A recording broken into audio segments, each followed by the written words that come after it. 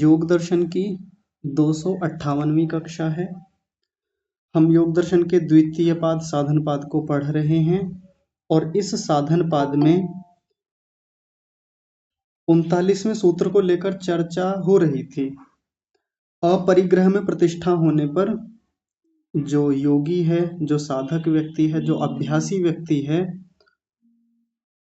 उसके साथ एक बहुत रोचक सिद्धि होती है कि जन्म कथनता संबोधः, जन्म के प्रति उसके भीतर प्रश्न उत्पन्न होते हैं और ऐसा उसको बोध भी होता है। तो एक बहुत बड़ी सिद्धि बताई है। किसी को सामान्य बात लग सकती है, लेकिन अपने आप में प्रश्नों का उठना बहुत बड़ी उपलब्धि है, बहुत बड़ी उपलब्धि है। कितने लोगों को जीवन में ऐसा देखा जाता है जो बहुत बड़े परिवारों में जिनका जन्म हुआ, बड़ा ऐश्वर्य उनके जीवन में रहा, कोई कमी नहीं, हमेशा सुख के साधन रहे, लेकिन एक समय के बाद जब उन्होंने अपरिग्रह का पालन शुरू किया, जब उन्होंने देखा कि संसार की इन वस्तुओं को खूब इकट्ठा करके देख लिया, खूब जुटाया, कोई विशेष सुख इनसे मिलता नहीं, तो व्यक्ति फिर एकांत में जाता है, विचार करता है, प्रश्न उठते हैं और ये प्रश्नों का उठना ही जीवन में क्रांति लाता है। ध्यान से समझेंगे, क्रांति लेके आता है। कुछ के मन में तो प्रश्न उठते हैं, चले जाते हैं, छूट जाते हैं, गंभीरता नहीं बनती, लेकिन जो उन प्रश्नों को गंभीरता से लेकर आगे बढ़ता है और जिन प्रश्नों से उसके जीवन में वो क्रांति आई थी, उन्हीं प्रश्नों को लेकर जब वो गुरुओं के समक्ष जाता है, शास्त्रों के समक्ष जाता है, ध्यान साधना में जाता है, तो फिर उसकी गंभीरता लंबी चलती है और वो उसको अध्यात्म की यात्रा में सफल बनाती है। ये अपने आप में बहुत विचित्र बात है, बहुत विलक्षण है, विशेष बात है, सामान्य बात नहीं है। हम जितने भी महापुरुषों के जीवन को उठाकर देखेंगे, जितने भी क्रांतिकारियों के जीवन को उठाकर देखेंगे, शुरुआत ही प्रश्नों से होती है। उनके जीवन में प्रश्न आते हैं कि आखिर ऐसा क्यों, मैं कौन हूँ, क्या हूँ, उद्देश्य क्या है जीवन का, क्या करना है मुझे, करके होगा क्या, इस सब को करके मुझे क्या मिलेगा, ये प्रश्न आते ही हैं।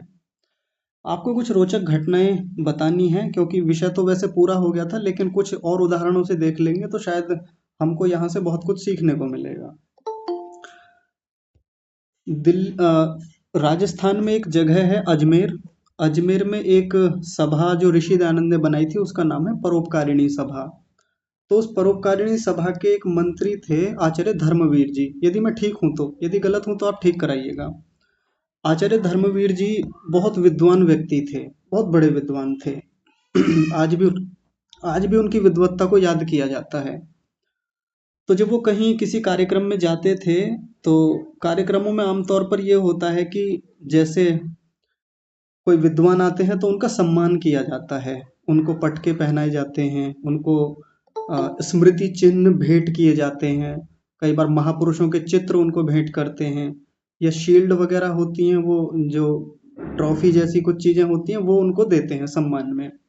कई बार तो लोग कुछ गायत्री मंत्र लिखवा करके एक चित्र बना दिया और उसमें नीचे अपना विज्ञापन लगा देते हैं, अपनी कंपनी का नाम, अपना नाम लगा करके दे देते हैं कि हम आपका सम्मान करना चाहते हैं।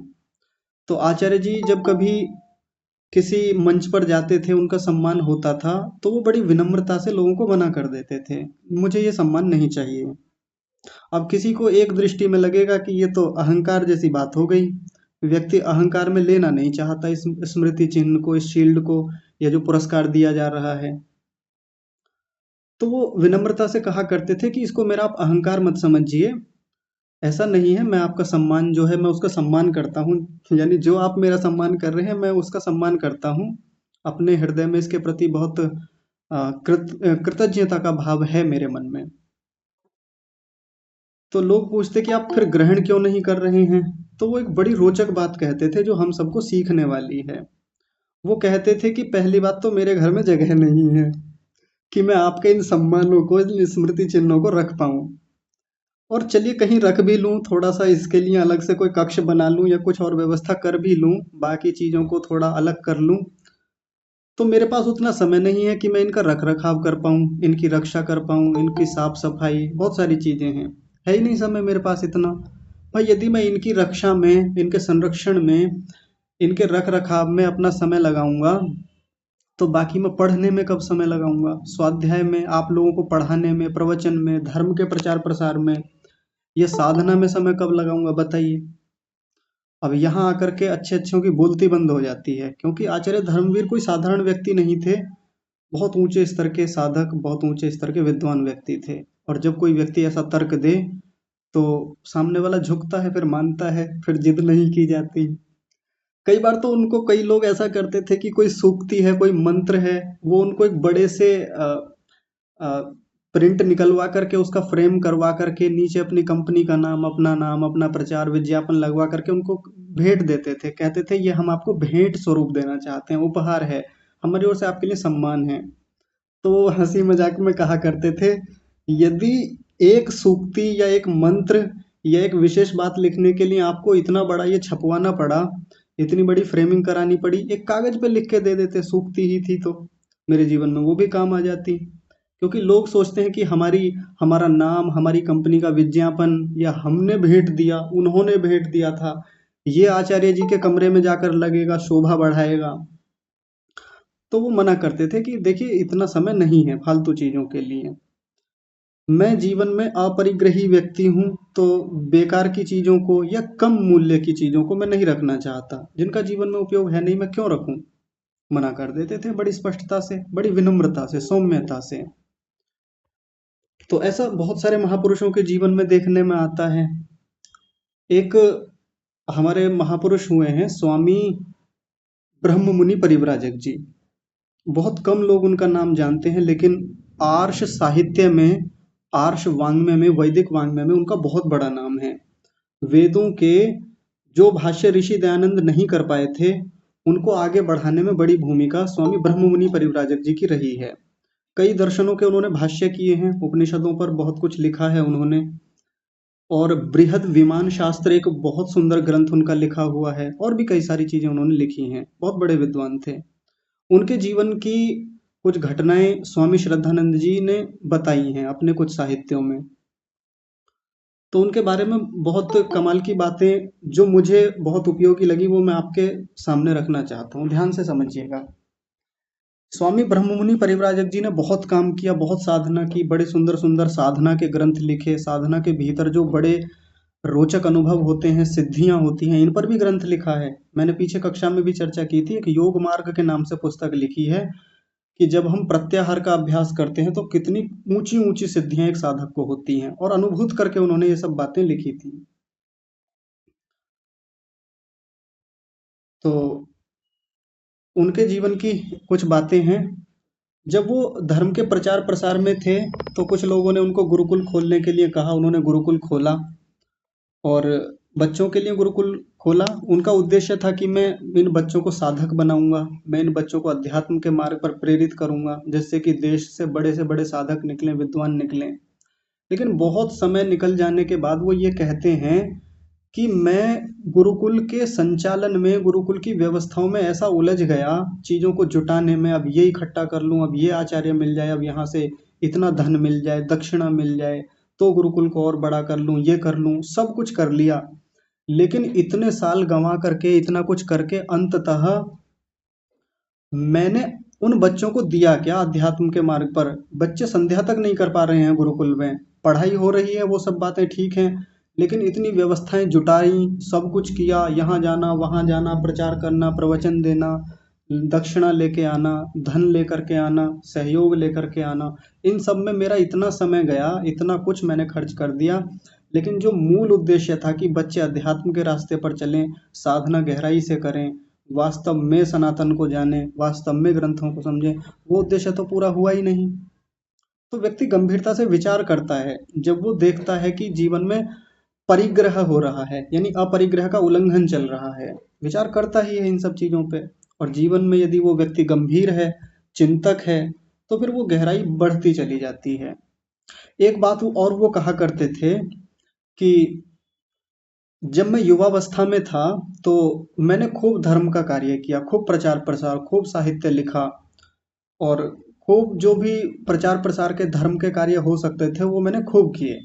और मैं हमेशा टालता रहा इस बात को कि अभी कुछ समय और 40 वर्ष का जब हो जाऊंगा, जब मैं 50 का हो जाऊंगा, 60 का हो जाऊंगा, तब साधना करूंगा, तब इसमें उपासना में बैठा करूंगा, ऐसा वो कहते थे। लेकिन जब वो उम्र आई, 50-60 के आसपास की। तो वो बड़े खेद के साथ, बड़े दुखी मन से लिखते हैं, कहते हैं कि आज जब मैं इस स्थिति में आकर खड़ा हुआ हूँ, तो मैं अपने जीवन के सबसे खराब समय को देख पा रहा हूँ। उनके पैर की हड्डी कुछ बढ़ गई थी, या पैर की हड्डी में कुछ ऐसी समस्या हो गई कि वो कुछ मिनटों से ज़्यादा बैठ नहीं पाते थे एक जगह। इतनी बेचैनी, इतनी पीड़ा, इतना दुख उनको हुआ करता था। बड़े दुखी मन से लिखते हैं कि जो युवावस्था में मुझको साधना करनी थी, वो मैं नहीं कर पा रहा हूँ। और वो हम युवकों को, मेरे जैसे युवकों को वो उपदेश करते हुए लिखते हैं अपनी आत्मकथा में, या जो भी उनका उनके बारे में लिखा गया, अपने विषय में जो उन्होंने कहा है, उसमें कहते हैं कि मैं युवकों को एक संदेश देना चाहता हूँ कि यदि आपको साधक बनना है, यदि आपको अध्यात्म के क्षेत्र में विशेष उन्नति करनी है, तो युवावस्था से ही लग जाएं।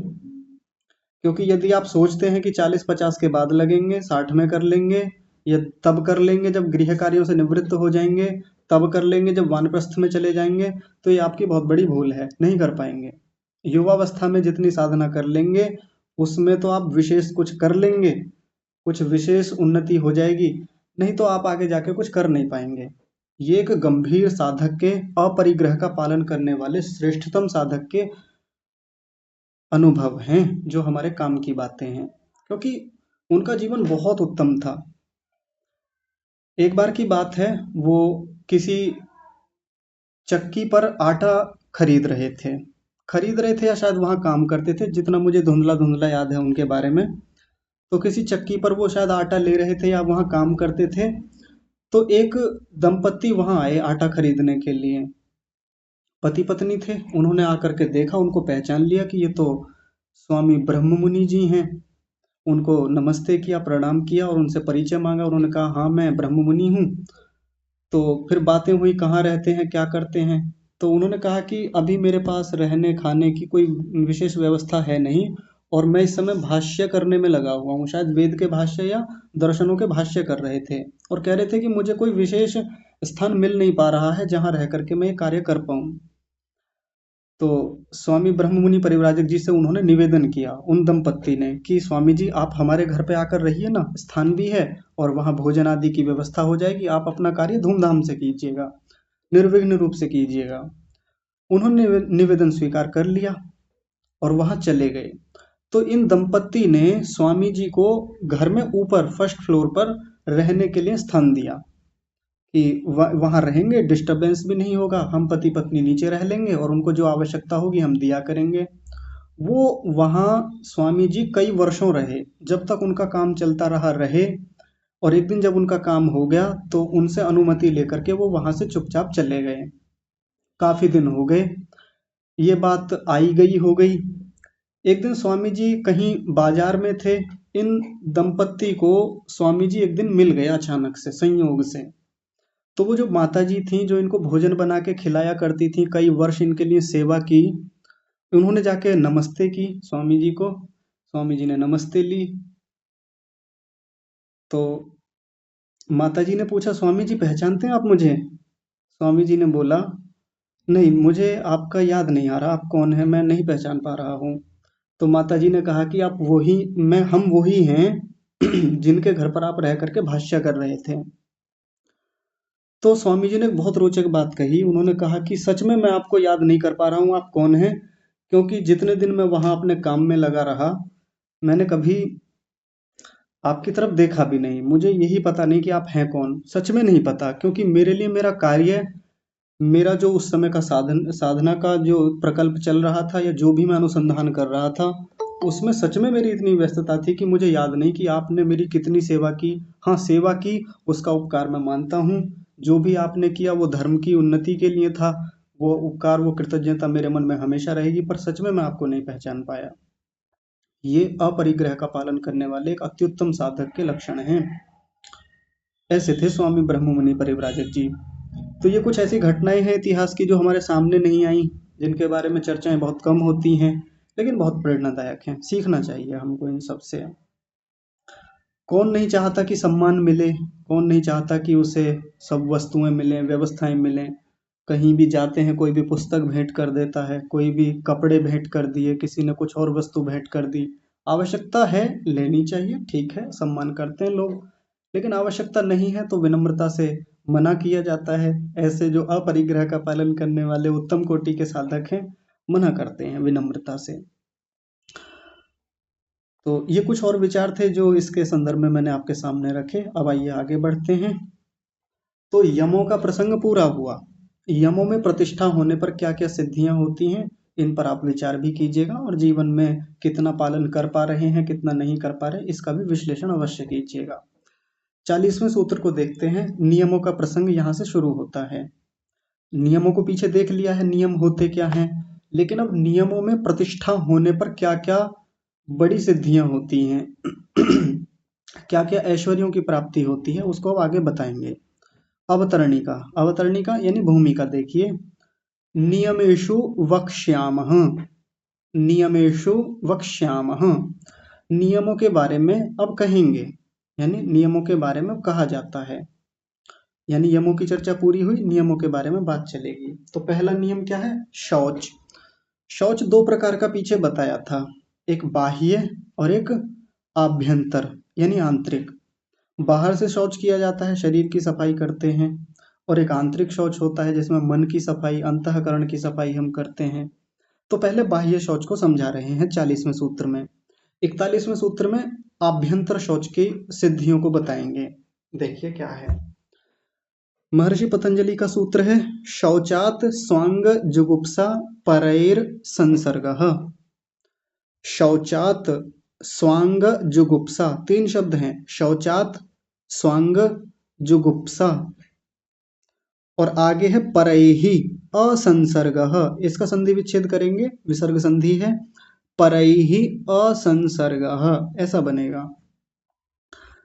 तो दो बातें बता दी इसी में। शौचात यानी शौच से, जब हम शौच का पालन करते हैं, शौच में प्रतिष्ठा होती है, उत्तम रीति से शौच का ध्यान रखते हैं, बाह्य स्वच्छता रखते हैं, अपने शरीर की उत्तम रीति से सफाई करते हैं विचार पूर्वक। ऐसे नहीं, सफाई तो दुनिया करती है, सफाई तो सब लोग करते हैं, सब लोग स्नान करते हैं, सब लोग दांत साफ करते हैं, नासिका साफ करते हैं, आंखों को साफ करते हैं, सब लोग कर ही रहे हैं, मिट्टी से, जल से, साबुन से, शैम्पू से, फेस वॉश क्या बोलते हैं, फेस वॉश से, ये सब चलता रहता है। लेकिन विचार पूर्वक जो व्यक्ति करता है और जो शौच में प्रतिष्ठित हो गया है, उत्तम रीति से शौच का पालन करता है, उसके साथ ये दो सिद्धियां बताई। सबसे पहली सिद्धि उन्होंने कही स्वांग जुगुप्सा, स्वअंग। स्वांग, स्वअंग का मतलब अपने जो अंग हैं, हमारे शरीर में अंग हैं, चेहरा इत्यादि। तो स्वांग, अपने अंगों के प्रति जुगुप्सा की भावना उत्पन्न होती है। जुगुप्सा का मतलब होता है घृणा, बड़ी विभत्स स्थिति हो। जैसे मान लीजिए किसी गंदी चीज को हम देख लें, घर में सड़ा हुआ आलू पड़ा हुआ है और उसको देख करके सूंघ करके मन खराब हो जाता है, एकदम हो जाती है ना अजीब सी स्थिति। तो जुगुप्सा का भाव होता है ये, डर वाला भाव नहीं, एक घृणा का भाव जो मन में आता है, इसको जुगुप्सा बोलते हैं। तो जब हम स्वच्छता का पालन करते हैं तो अपने अंगों के प्रति जुगुप्सा का भाव आता है। अपने अंगों से ही व्यक्ति को, साधक को घृणा जैसी होने लगती है, उपेक्षा जैसी स्थिति बनती है, यानी राग नहीं रहता। थोड़ा अजीब लगेगा ये सुन करके, ऐसा कैसे, मतलब शौच का पालन कर रहे हैं, शरीर को शुद्ध शुद्ध कर रहे हैं, तब तो शरीर अच्छा लगना चाहिए, उसमें घृणा कैसी? हाँ, शरीर गंदा है, शरीर खराब है, मैला है, शरीर में कोई चोट लगी हुई है, मवाद है, खून निकल रहा है, या कोई भी खराब स्थिति है, तब तो जुगुप्सा की बात समझ में आती है। पर शौच से यानी साफ सफाई करने से अंगों में जुगुप्सा कैसे आ सकती है? ऐसे अपने ही अंगों के प्रति व्यक्ति कैसे घृणा का भाव ला सकता है? तो लाता है। कैसे लाता है अभी आगे चर्चा होगी व्यास भाष्य में, लेकिन अभी महर्षि पतंजलि जी ने एक संकेत के रूप में बात हमारे सामने रखी है। एक बात हो गई। दूसरी बड़ी रोचक बात कह रहे हैं, परैहि असंसर्गः। देखिए, सूत्रों में बड़े कम शब्दों में बड़ी बात कह दी जाती है, ये सूत्रों की विशेषता होती है। बहुत बड़ी बातों को बहुत कम शब्दों में लिखा जाता है, तो बहुत कम शब्दों से बहुत बड़ी बातों को समझ लेना चाहिए। परैहि, परैहि यानी दूसरे जो लोग हैं उनके प्रति असंसर्ग की स्थिति बनती है, यानी दूसरों के प्रति जो हमारा आकर्षण होता है, आसक्ति होती है, स्पर्श करने की, छूने की, या उनको देखने की, निहारने की, कि देखो सामने वाला कितना सुंदर है, कितना स्मार्ट है, हैंडसम है, ब्यूटीफुल है, ये सब भाव मन में आते हैं, और उसको छूने की, स्पर्श करने की, या जो भी करने की, वो एक भाव मन में आता है, उसके संसर्ग में जाने का भाव मन में आता है, वो हट जाता है। परैहि असंसर्ग, संसर्ग का मतलब संपर्क में रहना, और असंसर्ग का मतलब हटने की भावना आती है कि जैसा मेरा शरीर घृणित है, जैसे मेरे अंगों में ये दुर्गंध है, गंदगी है, मल है, वैसे ही सामने वाले के शरीर में भी मल है, वैसे ही अशुद्धियां हैं, वैसे ही दोष उसके शरीर में भी हैं। ये बात उसको समझ में आती है।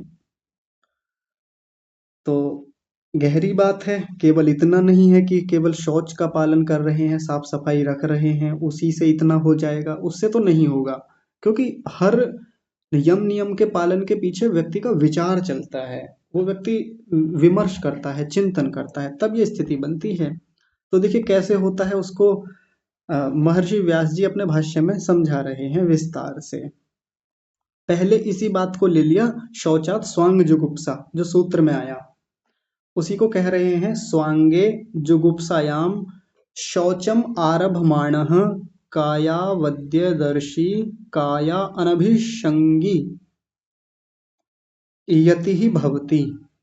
एक एक शब्द को पहले अलग करके देख लेते हैं। स्वांगे, ये शब्द तो आ गया, स्वांगे जुगुप्सायाम शौचम आरभमाणः, शौचम आरभमाणः, दो शब्द है इसमें, शौचम और आरभमाणः। और आगे है काया अवद्यदर्शी, काया मैं लिख देता हूं, देखिए काया अलग है, अवद्य शब्द अलग है, अवद्य, और दर्शी शब्द अलग है इसमें, ऐसे तीन से मिलके बना कायावद्यदर्शी, ऐसा। और आगे जो है काया अनभिषंगी, दो शब्द हैं, काया और अनभिष्वंगी, ऐसा करके दूसरा शब्द है। और आगे है यति ही भवति, यति ही भवति, यति के बाद विसर्ग लगा लेंगे। तो यति ही, यति के बारे में कह रहे हैं, यति यानी योगी, जो साधक है, यति साधक को ही बोलते हैं। यति शौचम आरभमाणः, यति जब शौच को आरंभ करता है, यानी शौच का पालन करता है, अपने जीवन में शौच को विशेष रूप से देख रहा है कि जब मैं शरीर की साफ सफाई करता हूँ, स्नान करता हूँ, नासिका को, आंखों को, कान को साफ करता हूँ, या बाकी शरीर के अंगों को साफ कर रहा हूँ, इनमें मल आ रहा है, मल को स्वच्छ करता रहता हूँ, फिर से आता रहता है, करता रहता हूँ, फिर से मल आता रहता है, प्रतिदिन का यही काम है। तो शौचम आरभमाणः, वो यति जब शौच का आरंभ करता है तो क्या होता है, स्वांगे जुगुप्सायाम, अपने अंगों में उसको जुगुप्सा जैसी लगती है, अपने अंगों से ही घृणा होने लगती है। और ये बड़ी रोचक बात है, आज के समय में तो कम से कम जो मॉडर्न जो जमाना है, उसमें तो आजकल व्यक्ति जितना ज्यादा अपने शरीर पे काम करता है, उसको अपने शरीर से मोह होने लगता है, राग होने लगता है।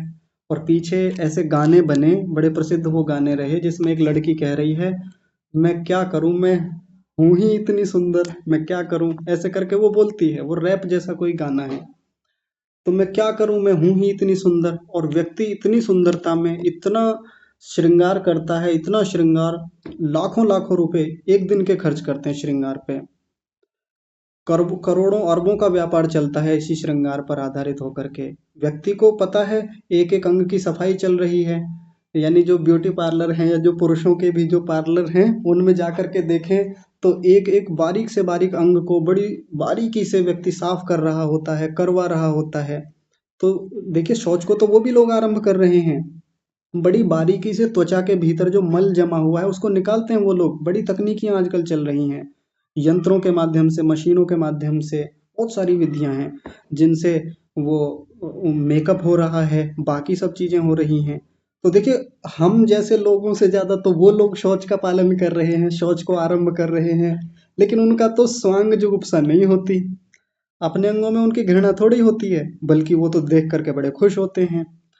जब वो अपनी सेल्फी लेते हैं, या इंस्टाग्राम पे जा करके अलग अलग फिल्टर लगा करके जब वो सेल्फी निकालते हैं, अपने चित्र निकालते हैं, बड़े और ज़्यादा खुश होते हैं, उनको तो अपने अंगों में और ज़्यादा रुचि बनती है, अच्छे लगते हैं कि देखो मेरी नाक आज कितनी अच्छी लग रही है, हाँ मैं इतनी सुंदर हूँ, मैं क्या करूँ, ठीक है किसी ने याद दिलाया, अभी बहुत बढ़िया, ऐसा ही है वो गाना। हाँ, तो सेल्फी की बात चल रही थी। जब बार बार अपनी डीपी जा करके चेक करेंगे, जो पोस्ट की है फेसबुक पर या इंस्टाग्राम पर या कहीं भी सोशल मीडिया प्लेटफॉर्म पर, वहां जा करके बार बार देखेंगे, हाँ मेरे होठ कितने सुंदर लग रहे हैं, कितने लाइक आए, कितने लोगों ने मुझको ब्यूटीफुल बोला, कितने लोगों ने मुझको हैंडसम बोला, है ना, नाइस, नाइस टीपी, ऐसे करके बोलते हैं ना। अब उस व्यक्ति को अपने ही अंगों में बड़ी खुशी हो रही है, उनके प्रति राग है, आसक्ति बढ़ती जा रही है, अच्छा लगता है उसको। तो हमको लगता है फिर ऋषि ने तो बात झूठी लिख दी यहाँ पर। शौच को आरंभ करते समय तो अपने अंगों में जुगुप्सा होनी चाहिए थी, घृणा होनी चाहिए थी। और ऐसे लोगों को जो बहुत ज्यादा शरीर पर केंद्रित हैं, बहुत ज्यादा श्रृंगार के प्रति आसक्त हैं, ऐसे लोगों को देखेंगे, उनके वॉशरूम में जाकर देखें, तो जैसे कई बार वो दिखाते भी हैं कि मैं इतने शैम्पू यूज करता हूँ या करती हूँ, मेरे पास इतने प्रकार के फेस वॉश हैं या इतने प्रकार की क्रीम हैं। मैं तो बड़ा आश्चर्यचकित रह जाता हूँ वो देख करके। भाई साहब, उनकी अलमारियां भरी पड़ी हैं उन श्रृंगार के साधनों से। तो अब ना मुझे ये वाला फेस वॉश लगाना है, इसके बाद मैं इससे चेहरा धुलूंगा, इससे चेहरा धुलूंगी, इसके बाद ये लगाऊंगी, इसके बाद ये जेल है, ये वाला परफ्यूम है, ये वाला है। पता नहीं कितना कुछ लगाते हैं वो लोग। और बार बार शीशे के सामने खड़े रहेंगे, बड़ा सा शीशा लगा रखा है। वो जितने अंगों को बारीकी से देख रहे होते हैं उतना शायद हम नहीं देखते। मेरे जैसा व्यक्ति तो पूरे दिन भर में शीशा देखता ही नहीं, देखता भी है तो 10-15 सेकंड के लिए देख लिया, बाल बना लिए, कहानी खत्म, इतना ही हो पाता है। तो हम तो उतना शौच का पालन भी नहीं कर पाते जितना वो शौच को आरंभ कर रहे हैं। लेकिन उनकी अपने अंगों में जुगुप्सा क्यों नहीं हो पाती, बल्कि अंगों में और ज्यादा उनकी आसक्ति बढ़ती है। कारण वही है, शौच को आरंभ करने का मतलब केवल ये नहीं कि साफ सफाई में ही लगे रहें। कितने लोग हर दिन शौच का पालन करते ही हैं, स्वच्छता कर ही रहे हैं, लेकिन अंगों में तो और ज्यादा आसक्ति बढ़ती है।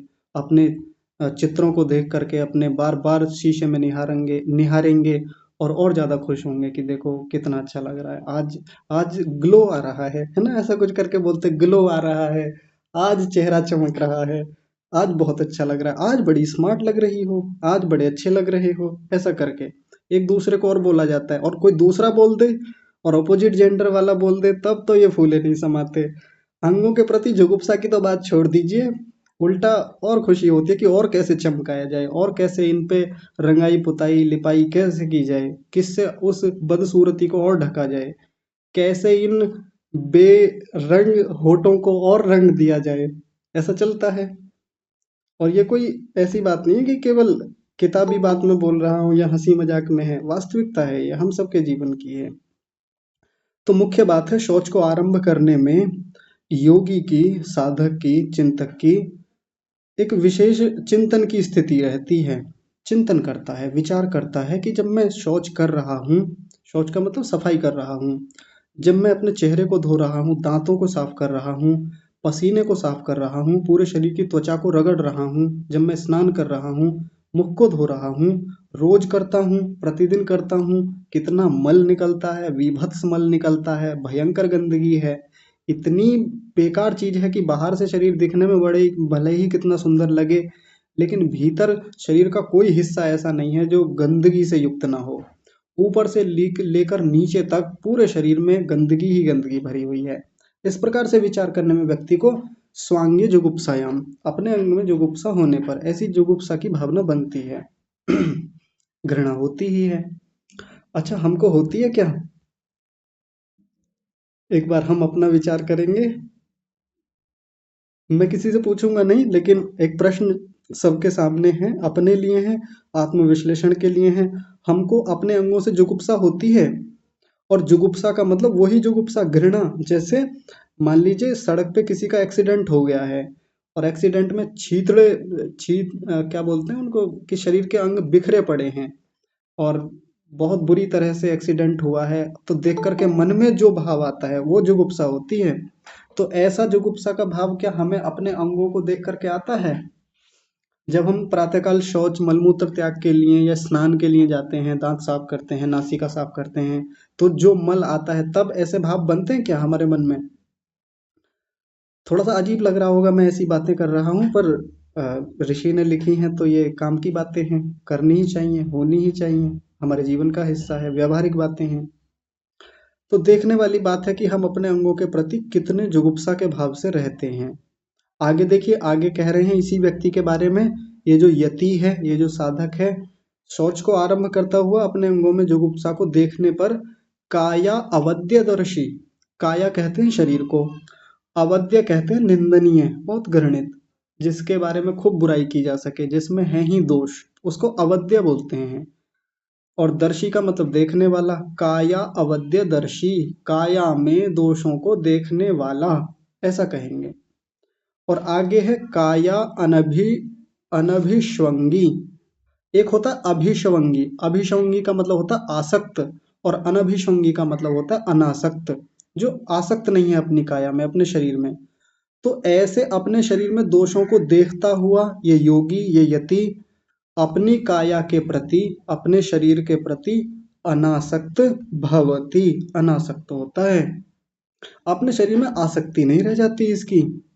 तो जो मैं अभी उदाहरण दे रहा था उन तमाम लोगों के जो दिन रात श्रृंगार में लगे रहते हैं, नाम मात्र का शौच का पालन चलता है, लेकिन वास्तव में शौच है नहीं वो ना उनकी शौच में प्रतिष्ठा है, तो उनका तो अपने शरीर में अभिसंगी स्थिति होती है, यानी अपने शरीर में आसक्ति ही होती है, अपने शरीर के प्रति गहरा राग उनका बढ़ता चला जाता है।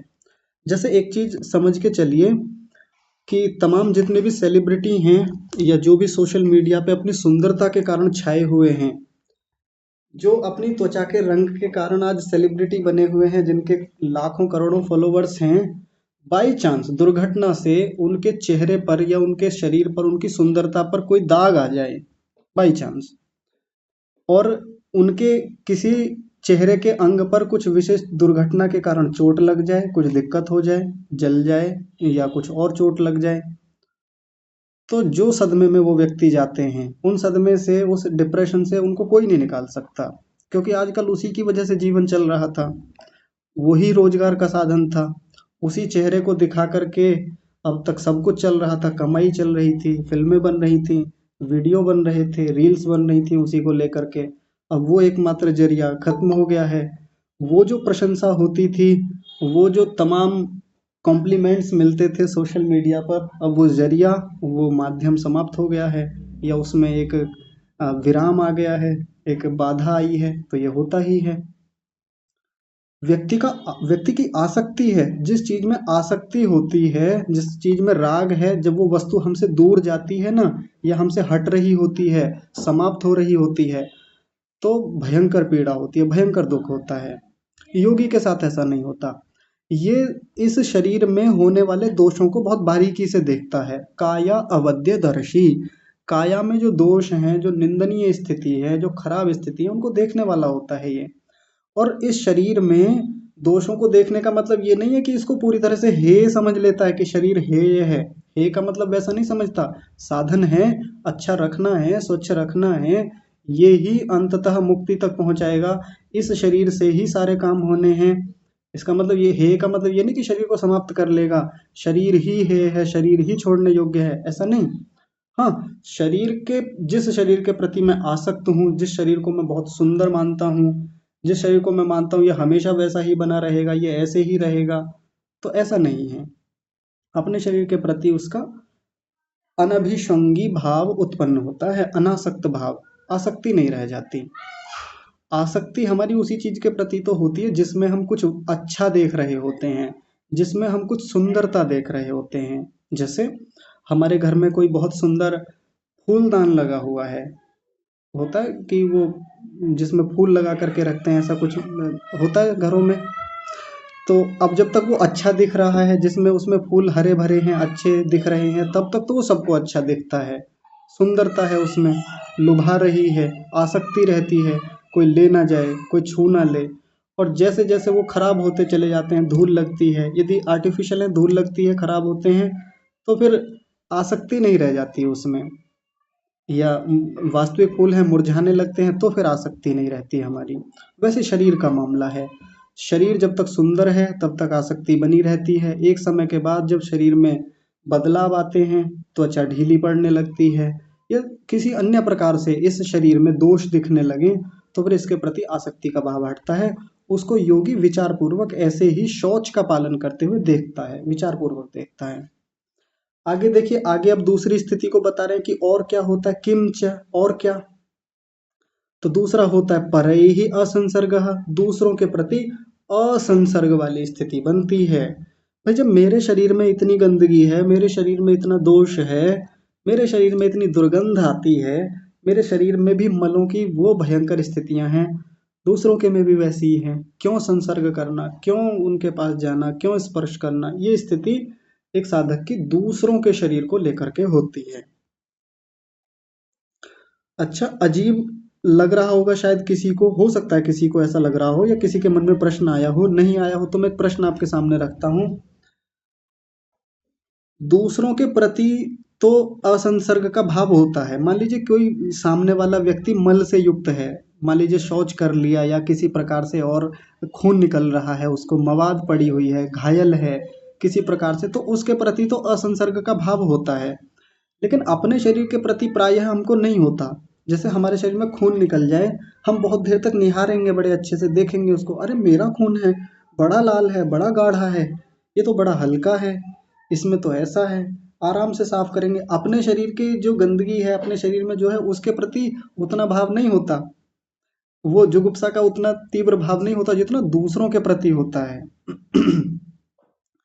लेकिन शुरुआत तो अपने से ही होती है, ये बड़ी महत्वपूर्ण बात है।